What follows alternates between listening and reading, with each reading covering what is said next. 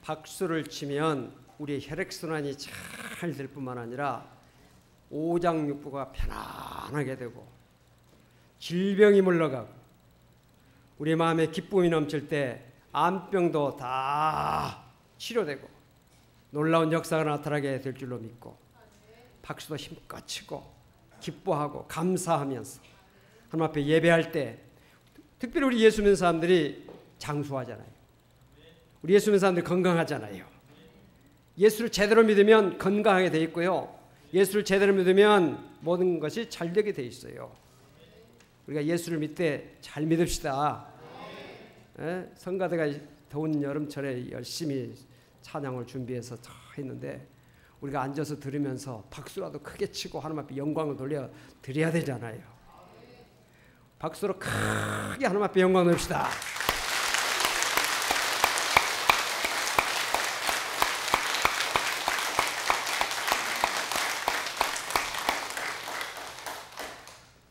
박수 크게 치면서 질병이 다 물러가게 될 줄로 믿습니다.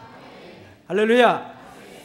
오늘 저는 시편 100편 1절로 3절 말씀 중심에서 기쁨으로 여호와를 섬기자, 기쁨으로 섬기자라는 제목을 가지고 함께 은혜를 나누고자 합니다. 우리는 섬긴다라고 하는 말을 자주 사용합니다. 목사님들이 자신을 소개할 때 저는 성일교를 섬기는 김중선 목사입니다 라고 이렇게 자기를 소개하는 경우들이 많습니다. 우리 성도님도 자신을 소개하면서 나는 어느 교회를 섬기는 성일교를 섬기는 아무개 직분을 붙이면서 누굽니다 이렇게 자기를 소개하는 경우들이 많습니다. 이 섬긴다고 하는 말은 참 좋은 말입니다. 섬긴다고 하는 말이 무슨 뜻입니까? 받들다, 봉양하다, 공경하다, 모시다, 거들다, 돌보다, 돕다, 윗사람을 잘 모셔서 받들다 라고 하는 그런 의미가 있어요. 저는 오늘 말씀 준비하면서 나는 성일교회를 섬기는 김충선 목사입니다 라고 하는 말 앞에다가 나는 성일교회를 기쁨으로 섬기는 김충선 목사입니다 이렇게 소개를 했으면 좋겠다 하는 그런 생각을 했어요. 섬길 때 억지로가 아니라 섬길 때에 기쁨으로 섬기는 거 하나님께서 기뻐하시고 더 축복을 내려주실 줄로 믿습니다. 섬기는 자에게는 반드시 복이 있습니다. 예수님도 자신을 이 땅에 오신 목적에 대해서 말씀하시기를 인자가 온 것은 섬김을 받으려 함이 아니라 도리어 섬기려 하고 자기 목숨을 많은 사람의 대속물로 주려 함이니라 라고 말씀을 하셨습니다. 예수님께서 이 세상에 오셔서 하나님을 섬기고 또 사람들을 섬기기 위해서 십자가에 못 박혀 죽기까지 섬겨주셨습니다. 이 예수님을 빌립보서 2장 8절 이하에 보니까 그는 근본 하나님의 본체시나 하나님과 동등됨을 취할 것으로 여기지 아니하시고 오히려 자기를 비워 종의 형체를 가지사 사람들과 같이 되셨고 사람의 모양으로 나타나사 자기를 낮추시고 죽기까지 복종하셨으니 곧 십자가에 죽으십니다. 이러므로 하나님이 그를 지극히 높여 모든 이름 위에 뛰어난 이름을 주사 하늘에 있는 자들과 땅에 있는 자들과 땅 아래에 있는 자들로 모든 무릎을 예수의 이름에 꿇게 하시고 모든 입으로 예수 그리스도를 주라 하시나요 하나님 아버지께 영광을 돌리게 하셨느니라. 이 뜻이 무엇입니까? 예수님은 성부, 성자, 성령 삼일체 하나님 이 삼위 가운데 한 분이시라는 것입니다. 그럼에도 불구하고 하늘의 높은 보좌를 떠나서 이 땅에 종으로 인간의 모습으로 오셔서 섬겨주셨다는 것입니다. 어떻게 섬겨주셨습니까? 십자가 달려 죽기까지 하나님을 섬기고 사람들을 섬기는 그런 삶을 사셨다는 것입니다. 그런데 하나님께서 이 예수님을 지극히 높여 하늘에 있는 자들과 땅에 있는 자들과 땅 아래에 있는 자, 즉 온 우주의 모든 자들의 무릎을 예수의 이름에 꿇게 하셨다. 그리고 모든 입으로 예수를 주라 하시나요 하나님 앞에 영광을 돌리게 하셨다는 것입니다. 예수님은 잘 섬기심으로 온 우주에서 가장 존귀한 분이 되셨다는 사실을 믿으시기를 바랍니다. 오늘 본문은 섬김에 대해서 말씀을 해주고 있습니다. 따라서 합시다. 기쁨으로 여호와를 섬기라. 기쁨으로 여호와를 섬기라. 2절에 기쁨으로 여호와를 섬기며 노래하면서 그 앞에 나갈지어다 라고 말씀했습니다. 기쁨으로 섬긴다고 하는 말은 마지못해서나 억지로나 하기 싫은데 억지로 하는 것이 아니라 스스로 원하는 마음을 가지고 기쁜 마음으로 즐겁게 섬기는 것을 의미합니다. 오늘 이 자리에 참석하신 사랑하는 성도 여러분들, 기쁨으로 하나님을 찬양하고 기쁨으로 기도하고 기쁨으로 예배하며 기쁨으로 말씀을 듣고 기쁨으로 봉사하는 성도가 되시기를 주 이름으로 축원합니다. 기쁨이 있어야 돼요. 기쁨으로. 성가대 오늘 기쁨으로 찬양하셨습니까? 할렐루야! 하나님께서 기뻐 받으신 줄 믿습니다. 우리 기약하시는 분들 기쁨으로 하셨습니까? 하나님께서 받으신 줄 믿습니다. 오늘 안내위원, 헌금위원 하신 분들, 차량 봉사하신 분들, 주방에서 봉사하신 모든 분들, 또 교회 안에서 영상실에서 수고하는 모든 분들이 계신데, 영상실도요 집중해서 예배를 잘 드려야 돼요. 갑절이나 집중을 하지 않으면 다른 것 때문에 신경이 거기에 팔려서 말씀의 은혜를 받을 수 없어요. 그렇기 때문에 봉사하시는 분들은요 더 집중했어야 돼요. 할렐루야! 성가대가 날씨가 너무 더우니까 가운을 벗어도 좋습니까? 벗어도 좋아요. 근데 우리가 가운을 입는 그 이유는 뭐냐면 멋있으라고 입는 것이 아닙니다. 목사가 가운을 이렇게 입고 예배를 드릴 때 여러분들이 은혜가 되기 때문에 제가 더워도 입는 거예요. 다른 목적이 아니에요. 네. 목회자가 의복을 단정하게 또는 정말 신경 써서 입는 것은 성도님들이 목회자의 옷차림이 그것에 신경 쓰여서 말씀의 은혜를 받지 못하고 집중하지 못하면 안 되기 때문에 상당히 신경 쓰는 것입니다. 넥타이가 바르게 매졌는지, 옷차림 제대로 돼 있는지. 멋있으라고 있는 것이 아니라 은혜가 되게 하기 위해서, 성도들에게 축복이 되게 하기 위해서 모든 것을 준비한다 이 말입니다. 할렐루야! 예. 기쁨으로 섬길 때 하나님의 은혜와 축복이 있다는 사실을 믿으시면 아멘 하시기 바랍니다. 울산에 김 집사님이라고 하는 분이 계셨는데, 이 김 집사님은 여자 집사님인데 생활이 곤란해서 시장에서 동태 장사를 하는 집사님입니다. 근데 주일날만 되면 꼭 주일을 잘 지키고 기쁨으로 하나님 앞에 나와 예배를 드리며 일주일 동안 번 11조를 하나님 앞에 드리면서 감사하면서 하나님 앞에 예배를 드리는 신앙생활 잘하는 집사님입니다. 그런데 이 집사님이 동태 장사를 생활이 약하기 때문에 그 시장에서 하고 있는데, 어느 날 한 할머니가 오셔가지고 주머니를 보이면서 나 동태가 먹고 싶은데 이 주머니에 있는 동전을 좀 받고 동태를 좀 줄 수 있냐고. 그래서 주머니를 열어봤더니 우리나라 동전이 아니라 외국 동전이에요. 은행에 가서도 안 바꿔주고 시장에서도 안 받아주는데 아줌마가 좀 받아주면 좋겠다고 사정하는 겁니다. 그래서 이 김집사님 가만히 생각하니까 할머니를 바라보니까 동태가 얼마나 잡수시고 싶어서 이럴까. 그래서 그 주머니를 받고 동태를 한 상자를 드렸어요. 이제 주머니를 가지고 목사님 앞에 와가지고, 목사님 이 주머니에 있는 동전이 무슨 동전이에요? 목사님도 열어보니까 어디 동전인지 모르겠어요. 여러분들 해외여행 다녀보신다면요, 여러 때 다니다 보면 동전들이 많이 생기는데 동전들이 이렇게 나중에 모아서 보면 이게 도대체 어느 나라 동전인지 모를 때가 많습니다. 모르는 거예요. 시장에서도 안 받아요. 목사님도 모른다고 그랬어요. 혹시 집사님 서로 올라가실 일 있으면 종로에 가면 인사동이 있는데, 인사동에 가면 그 골동품 가게가 있는데 아마 이 동전 수집가가 모아서 이렇게 놓은 것 같은데 한번 거기 가서 물어보라고 그랬어요. 그 집사님이 가지고 있다가 서울 올라갈 일이 있어가지고 서울 올라가서 인사동에 찾아가지고 골동품 가게 가지고 그 동전을 내놓으면서 이 동전이 어떤 동전이에요? 하고 물어봤어요. 그랬더니 그 골동품 가게 주인이 또 보더니 이 동전들은 오래된 동전인데 참 귀한 동전들인데 어떻게 이걸 가지고 있냐고. 그 어떤 할머니가 줘서 지금 가지고 있다고.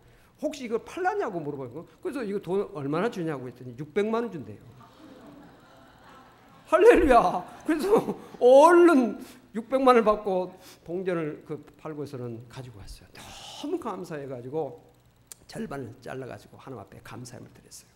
그런데 이 집사님 마음속에 항상 소원의 기도가 있어서, 하나님 내가 죽기 전에 하나님의 교회 성전 하나 잘 짓고 세상 떴으면 좋겠습니다. 하나님 앞에 가서 영광을 돌렸으면 좋겠습니다 라는 그 기도를 늘 했는데 600만 원을 받았어요. 그래서 300만 원을 하나님 앞에 딱 드리고 이제 300만 원이 남았어요. 300만 원 이걸 뭐하나. 근데 기도하는 가운데 하나님께서 자갈밭을 보여주시대요. 자갈밭. 그리고 그것을 사라는 그런 그 깨달음 주신 거예요. 그래서 시장 옆에 있는 부동산에 가가지고 혹시 아저씨 혹시 땅 나온 거 있어요? 물었더니 땅 나온 자갈밭 나온 거 있어요. 자갈밭이 나왔는데 누가 사갈 사람이 없다고. 그 왜 물어보냐고. 혹시 그 자갈밭 그 가격이 얼마예요? 그랬더니 300만 원이라고. 할렐루야. 딱 맞는 거예요. 이거 하나님께서 지시하신 거구나. 그래가지고 300만 원 주고 그걸 샀어요. 300만 원 주고 샀는데 얼마 되지 않아서 신문에 큰 발표가 나는데 울산에 현대 자동차 공장이 들어선다는 거예요. 그런데 자기가 가지고 있는 그 자갈 땅 그 근처로 들어왔어요. 그래서 현대 자동차에다 땅을 팔았는데 얼마 받은 줄 아십니까? 30억. 할렐루야. 30억을 받았어요. 그래서는 하나님 앞에 11조로 3억을 딱 바치고 27억을 가지고 있었어요. 이걸 교회를 짓기는 조금 좀 부족하고 어떻게 해야 되나. 근데 기도하고 있는데 하나님께서 땅을 사라 하는 또 음성을 주시는 거예요. 그래서 부동산한테 지난번에 샀던 그 부동산 땅을 또 사라는데 땅 나온 거 있냐고 했더니 땅 나온 곳이 있는데 큰 땅이 하나 나온 거 있다고. 그거 얼마냐고 27억이라고. 야, 그게 희한하다, 이상하다. 그래서 이거 하나님께서 분명히 내게 준 축복이다. 그래서 27억을 가지고 그 땅을 샀어요. 그런데 그 땅을 샀는데 27억짜리 땅을 샀는데요. 그 땅이 얼마 되지 않아서 아파트가 대단지로 그 땅에 들어오게 된 거예요. 그래서 그 땅을 팔았는데 수천억이 들어갔어요. 할렐루야. 나도 이게 참 믿겨지지 않는 이야기더라고요. 이거 그래가지고 하나님의 교회를 아름답고 훌륭하게 크게 지어서 하나님 앞에 봉헌하고요. 그리고 많은 사람들 구제하고 선한 일에 힘쓰면서 사셨다는 거예요. 할렐루야. 여러분, 기쁨으로 하나님을 섬길 때 하나님께서 우리 삶 속에 기쁨이 더 넘치는 삶을 허락해 주신다는 사실을 믿으시기 바랍니다. 이양할 거 기쁨으로 하세요. 성가대도 기쁨으로, 안내위원 헌금이요, 교회 봉사하는 거, 헌금하는 거, 모든 거, 주방에서 봉사도 여름에 짜증나잖아요. 더운데 오늘 주방 당번들이 누구신지 모르지만 기쁨으로 하시기 바랍니다. 기쁨으로. 이양하는 거 기쁨으로 감사를 하자 이 말입니다. 자, 기쁨으로 여호와를 섬긴다고 하는 말은 어떤 의미입니까? 기쁨으로 하나님께 예배하라는 뜻입니다. 예배는 세 가지 요소가 꼭 담겨져 있어야 되는데, 첫째는 믿음, 두 번째는 감사, 또 하나는 성령. 이것이 있어야 돼요. 예배는 세 가지가 있어야 되는데 믿음으로 하나님 앞에 예배해야 됩니다. 히브리서 11장 6절에 보니까 믿음이 없이는 하나님을 기쁘시게 할 수 없나니 하나님께 나아가는 자는 반드시 그가 계신 것과 또한 그가 자기를 찾는 자들에게 상 주시는 이심을 믿어야 할지니라. 이 믿음이 없이는 하나님을 기쁘시게 할 수 없으니 오늘도 우리가 드리는 이 예배 속에 믿음이 담겨져 있어야 됩니다. 이 믿음이 어떤 믿음이냐? 이 믿음은 세상적인 믿음이 아니옵시다. 물질의 믿음, 건강의 믿음, 자녀에 대한 믿음, 사업에 대한 믿음, 직장의 믿음, 이런 믿음이 아니라 여기에서 말씀하고 있는 믿음은 어떤 믿음이냐? 주 예수 그리스도께서 나를 위해서 십자가 달려 죽으심으로 나를 죄와 사망에서 구원해 주신 하나님의 그 은혜에 대한 믿음, 이 믿음을 가져야 하나님께서 기뻐 받으신 예배가 된다는 사실입니다. 오늘 우리의 찬송 속에, 우리 기도 속에, 또 말씀 속에 예수 그리스도가 나를 위해서 십자가 달려 죽으신 그 은혜에 대한 하나님의 크신 사랑, 거기에 대한 믿음이 분명히 있을 때 하나님께서 그 예배를 기뻐 흠양하신다는 사실을 믿으시길 바랍니다. 창세기 보면 가인과 아벨의 제사가 있지 않습니까? 가인은 농사를 지어서 농산물을 가지고 하나님 앞에 제사를 드렸는데 하나님께서 받지 아니하셨습니다. 아벨은 양 새끼를 잡아가지고 하나님 앞에 제사를 드렸을 때 하나님께서는 그 제사를 받으셨습니다. 여러분, 하나님께서 왜 가인의 제사를 안 받으시고 아벨의 제사를 받으신 줄 아십니까? 그것은 우리에게 영적인 의미를 주고 있습니다. 그건 뭐냐? 그 제사 속에 피 흘림이 있는데 그 피 흘림은 어떤 피 흘림이냐? 어린 양의 피가 흘려졌기 때문에 하나님께서 그 어린 양의 피를 가지고 하나님 앞에 나가는 그 아벨과 그의 제물을 받으시고 가인과 그의 제물은 받지 아니하셨다고 말씀하고 있는 것입니다. 아무리 훌륭한 것, 아무리 대단한 것, 아무리 대단한 것을 가지고 하나님 앞에 나갈지라도 그 속에 믿음이 담겨 있지 않으면 하나님께서 안 받으신다는 사실입니다. 그 믿음이 어떤 믿음이냐? 예수 그리스도를 나의 구주로 믿는 그 믿음. 우리가 기도할 때 예수 이름으로 기도하는 그 이유가 무엇입니까? 예수 그리스도께서 나를 위해서 십자가에 달려 죽으심으로 나와 하나님 사이의 관계를 해결해 주시고 죄를 해결해 주시고 하나님의 은혜와 축복의 자리에 나갈 수 있는 그 길을 열어주신 예수 그리스도의 이름을 힘입어서 기도할 때 그 기도가 하나님 앞에 상달되고 그 기도가 응답되어지고 이루어지게 된다는 사실입니다.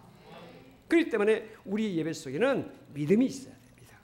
오늘도 여러분들의 모든 예배 속에 찬송과 기도와 그리고 봉사와 모든 헌신 속에 예수 그리스도를 구주로 믿는 믿음이 고백되어지는 모든 것이 되어져서 하나님 앞에 영광 돌리는 귀한 여러분 되시기를 주 이름으로 축원합니다. 그 다음에 예배 속에는 성령이 있어야 돼요. 또 감사가 있어요. 감사부터 합시다. 감사. 따라서 합시다. 감사로 제사를 드리는 자가 나를 영원롭게 하나니, 감사로 제사를 드리는 자가 하나님을 영원롭게 한다는 것입니다. 감사가 없으면 하나님께서 기뻐하지 않습니다. 우리의 기도 속에 감사가 담겨져야 돼. 아까 장로님 기도를 인도하시는데 감사가 들어가 있어요. 감사. 찬송 속에도 감사가 들어갔어요. 모든 것 속에 감사가 들어야 됩니다. 제가 설교를 하면서 이 설교 속에 감사가 담겨 있잖아요. 감사. 감사가 담겨 있지 않으면요, 이것은 허공을 치는 메아리가 될 수밖에 없어요. 무슨 감사입니까? 나를 죄와 사망에서 구원해 주신 하나님의 은혜에 대한 감사.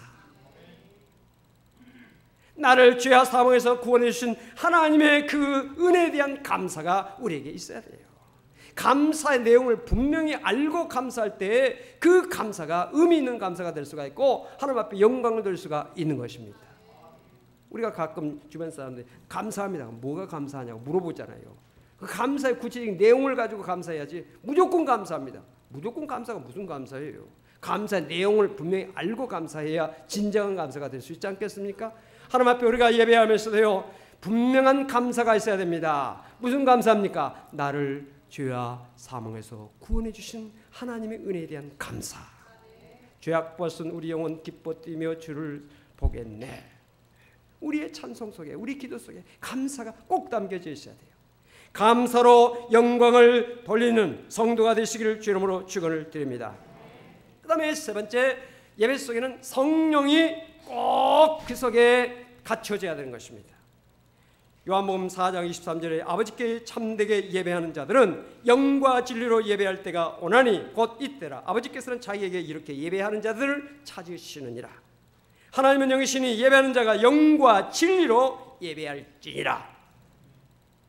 하나님께 예배하는 자들은 영과 진리로 예배해야 한다는 것입니다. 하나님께서 예배하는 자를 찾으시는데 그 예배하는 자를 어떤 예배자를 찾으시느냐? 영과 진리로 예배하는 자를 찾으신다는 것입니다. 오늘 자리에 참석하신 여러분들 예배는 드리지만 영과 진리로 예배하지 않으면 하나님께서 거들떠보지 않으십니다. 영과 진리로 예배 드려야 돼요. 그 영과 진리라고 하는 것이 뭐냐? 다른 성경에 보니까 영을 성령 이렇게 번역했습니다. 성령으로 예배하고요, 진리를 뭘 말하고 있느냐? 하나님의 말씀을 말하고 있습니다. 여러분들, 우리가 흔히 예배 드릴 때 정성이 있어야 된다고, 예배 드릴 때 열심히 있어야 된다고. 물론 정성도 있어야 되고 열심도 있어야 됩니다. 그런데 정성이 있고 열심이 있을지라도 그것이 진리에 어긋나면요, 하나님께서 인정하지 않으세요.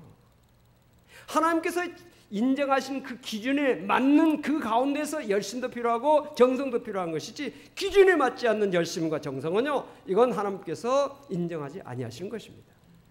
믿습니까?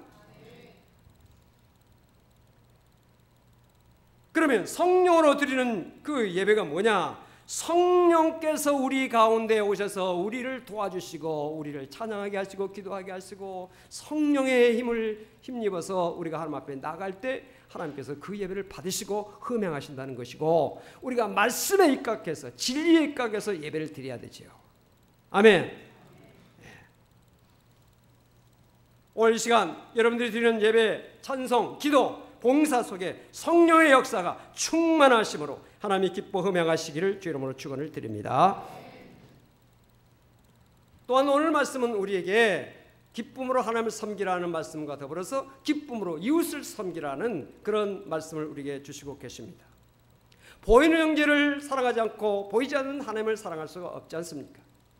보이는 형제를 섬기지 않고 보이지 않는 하나님을 섬길 수가 없는 것입니다. 하나님은 우리 모든 사람들이 서로 섬기기를 원하십니다. 요한복음 13장에 보면 예수님께서 십자가를 앞에 놓고 마지막 만찬을 제자들과 함께 하셨습니다. 그때 만찬 석상에 식사를 하시다가 예수님께서 겉옷을 벗으시고 허리에 수건을 두르시고 대야에 물을 떠다가 제자들의 발을 씻어주기 시작했습니다. 그리고 수건으로 닦아주셨습니다. 베드로가 깜짝 놀라서 선생님 절대로 안 됩니다. 내 발은 절대로 씻을 수 없습니다 라고 말했습니다. 그때 예수님께서 베드로에게 말씀하시기를 내가 너를 씻어주지 아니하면 내가 나와 상관이 없느니라. 이 말을 들은 베드로가 그러십니까 주여, 그러면 내 발뿐만 아니라 내 손과 내 머리도 씻어주시옵소서. 다 씻어주시옵소서. 그렇게 말씀드렸습니다. 이 예수님께서 제자들의 발을 다 씻겨주시고 난 다음에 제자들에게 이런 말씀하셨습니다. 내가 선생과 주가 되어서 너희들의 발을 씻었다. 그 당시에 다른 사람의 발을 씻어주는 것은 종들이나 하는 일이었습니다. 주인이 밖에서 돌아와서 발에 먼지가 많이 묻어 있습니다. 그러면 종이 물을 떠다가 대야에다가 물을 떠다가 주인의 발을 다 씻고 그 발을 이렇게 수건으로 닦았어요. 이것이 종들이 하는 일입니다. 그런데 예수님께서 제자들의 발을 씻었다고 해서 파격적이죠. 깜짝 놀랄 일이죠. 예수님께서 다 그 일을 하시고 난 다음에 말씀하셨습니다. 내가 주와 또는 선생이 되어 너의 발을 씻었으니 너희도 서로 발을 씻어주는 것이 옳으니라. 서로 섬기라 라는 교훈을 주셨습니다. 섬김의 도를 예수님께서 직접 몸소 행하심으로 가르쳐 주신 것입니다. 세계 제2차 대전 때에 미국의 많은 젊은들이 전쟁에 나가서 죽었습니다. 그 많은 사람들이 전선에 가서 죽었는데 병력이 부족해서 그래서 모병을 했습니다. 지방에서 많은 젊은이들이 이제 그 대도시로 몰려와서 훈련소에 가서 이제 그 훈련을 받게 되는데 워싱턴도 큰 도시죠. 워싱턴에도 많은 젊은이들이 유니온 정거장에 이제 거기에서 기차를 타고 훈련소로 가는 것입니다. 시민들이 와서 그 전선으로 가는 그 청년들, 훈련소로 가서 훈련받는 그 청년들을 위해서 나와서 여러 가지로 편의를 제공하고 있는 것입니다. 그런데 그 시민들 가운데 밤마다 밤늦게까지 그 열차가 주로 이제 낮에 떠나지 않고 밤에 떠나는데 밤늦게까지 다리를 떨룩거리면서 열심히 봉사하는 사람이 있었어요. 코코아 잔을 가지고 그 젊은이들에게 가서 코코아를 권하면서 그들을 마시게 하는 그런 따뜻한 그 코코아를 나눠주는 그런 사람이 있었어요. 어떤 때는 그 코코아가 이제 부족하니까 임시 처소에서 그곳에서 코코아를 끓여가지고 그 코코아를 가져다 나눠주는 사람이 있었어요. 어느 청년 하나가 그 사람의 얼굴을 자세히 보니까 보통 사람이 아니었어요. 아니, 대통령 아니십니까? 루즈벨트 대통령이 당시 제2차 대전 때 정말 나라를 위해서 세계 평화를 위해서 싸우는 그 젊은이들이 전선에 가는 것을 정말 격려하기 위해서 그 대통령이 참 그 당시 루즈벨트가 그 다리가 불편한 사람입니까? 소아마비를 어릴 때부터 알아가지고 다리를 심히 저렸던 사람이에요. 그 불편한 몸을 가지고 그 하루 이틀도 아니고 밤마다 와서 그 사람들에게 그 코코아를 나눠주는 그것이었어요. 대통령이 친히 기차 정거장에까지 나와서 따라주는 코코아를 마신 그 청년들의 사기는 대단했죠. 여러분, 섬기는 일에는 위아래가 없는 것입니다. 섬기는 일에는 위아래가 없어요. 높은 사람이라고 섬김을 받는 것이 아니라 예수님께서도 그러셨어요. 섬김을 받으러 온 게 아니고 섬기러 오셨다. 교회 안에 직분자들은요, 더 많이 섬기라고 직분 주신 것이에요. 할렐루야. 그런 깨달음과 그런 마음을 분명히 해야 되지. 내가 권사가 됐으니까 이제 집사들이 나를 많이 섬겨주겠지. 그런 생각을 하면 안 됩니다. 집사 따위가 말이야 권사한테 인사도 제대로 안 하고 그러면 안 돼요. 더 섬겨, 더 인사도 열심히 해요. 그래야 돼요. 교회가 그래야 돼요. 하나님께서 직분을 주시는 것은 더 섬기라고. 믿습니까? 정치하는 사람들 다 그렇습니까? 더 잘 섬기겠습니다. 요즘은 섬기지 않는 정치가들은요, 이제는 입지가 없어요. 우리가 투표할 때도요, 잘 섬기는 사람들을 국회의원도 뽑고 그렇게 사람을 세워줘야 돼요. 그래야 이 나라가 잘 되는 나라가 될 수 있는 거예요. 할렐루야. 루즈벨트는요, 장의 몸을 가지고 있으면서도 미국의 역대 대통령 가운데서 유일무이하게 사선 대통령이 돼요. 사선 대통령 가운데서 가장 존경받는 대통령이 됐어요. 여러분, 육체의 연약함이랄지 육체 장애는 이건 진정한 장애가 아니야. 마음의 장애가 장애지요. 멀쩡한 몸을 가지고 있으면서도요, 장애자 같은 그런 삶을 사는 사람들이 많습니다. 혹시 여러분들 육체 핸디캡을 가지고 계시는 분들은요, 절대로 낙심하지 말고 마음이 장애야 진짜 장애고 나는 마음의 장애가 없다 하는 그런 믿음을 가지고 승리하시길 주로 축원합니다. 섬기는 자에게 반드시 복이 있어요. 반드시 하나님께 축복하십니다.